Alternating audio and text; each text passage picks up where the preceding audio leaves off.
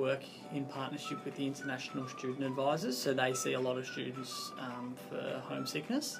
I do too, but my role's a little bit different. So my role, they'll have a number of issues going on, and often that is also related, or one of the aspects is homesickness. But it is pretty common, I would say, especially in first year students, more particularly than other students, and especially around the start of trimester. And it's also pretty common for students who may get their visa approved pretty late, and then they come over here and they've got to get straight into their studies and play catch up, but they don't have that time to adjust and make friends and learn the Australian community. They become very homesick pretty quickly. Yeah, so it's very common amongst international students. Yeah, I definitely would. And I know the university always look at that and try to improve ways to make it a lot easier for students. And I know DUSA do the same. And we try and implement programs and make things available, and DUSA run events and so on to improve that. And I know faculties run events.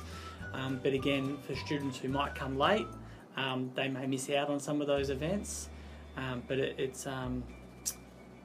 it's definitely something that can continue to be improved, yeah. I also think, I know the university try and improve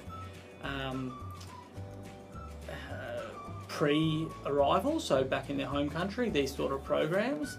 I guess I wonder, probably not all students pay attention when they're back home to those type of meetings and presentations, but I think if they did, it would probably help their transition a lot more.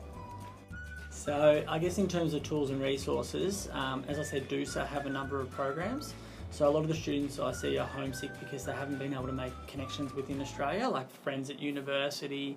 You know, they may have certain interest groups that they haven't been able to connect with. So DUSA obviously have a lot of social groups that they can join, so I often refer students there. We also have free counselling services here, which one of their specialty areas is, because it's such a common issue, is students with homesickness, so they can help students work through that. Faculty mentor programs, so that way they get to not only get someone who can help them academically, but often if that student's an international student, they can relate and they can talk to them about their experience.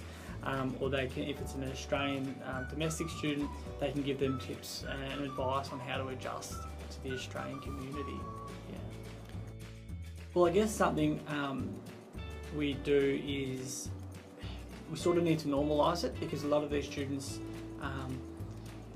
have high expectations to come over to Australia or a new country, and things will just go really smoothly, like it's going to be the best fun of their life, and often it can be. It's just that there's a whole adjustment period that a lot of students need, and not just students, any adult who is to go overseas for a long period of time to a new job or something is also going to need that adjustment period. So being that support for that student, especially early days, so someone they can come back to regular and contact, is a massive help for them.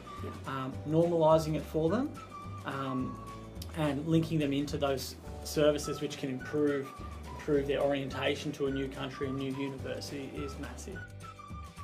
So a tip within university is we encourage them to go to as many of the events as possible and join as many of the groups, interest groups as possible.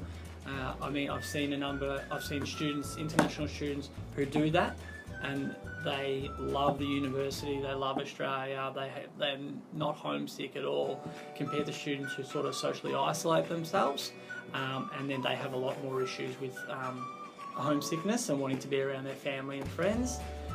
Another thing I promote is really leaning on international student advisors when they have concerns. They're obviously have a drop-in service and you can easily book in appointments. So going to see them for your concerns is really good to have someone to regularly chat to who's an expert in the field. Also accessing the services which I mentioned before, DUSA and counselling and things if they need. And external to the university is probably really familiarising yourself with Melbourne, you know, just jumping on the trains and trams, going into the city. For international students, I encourage them to, and would encourage them to link in with, you know, Study Melbourne in the city, and they run a lot of events for international students as well. So you might be able to not only meet international students at Deakin, but at other universities as well.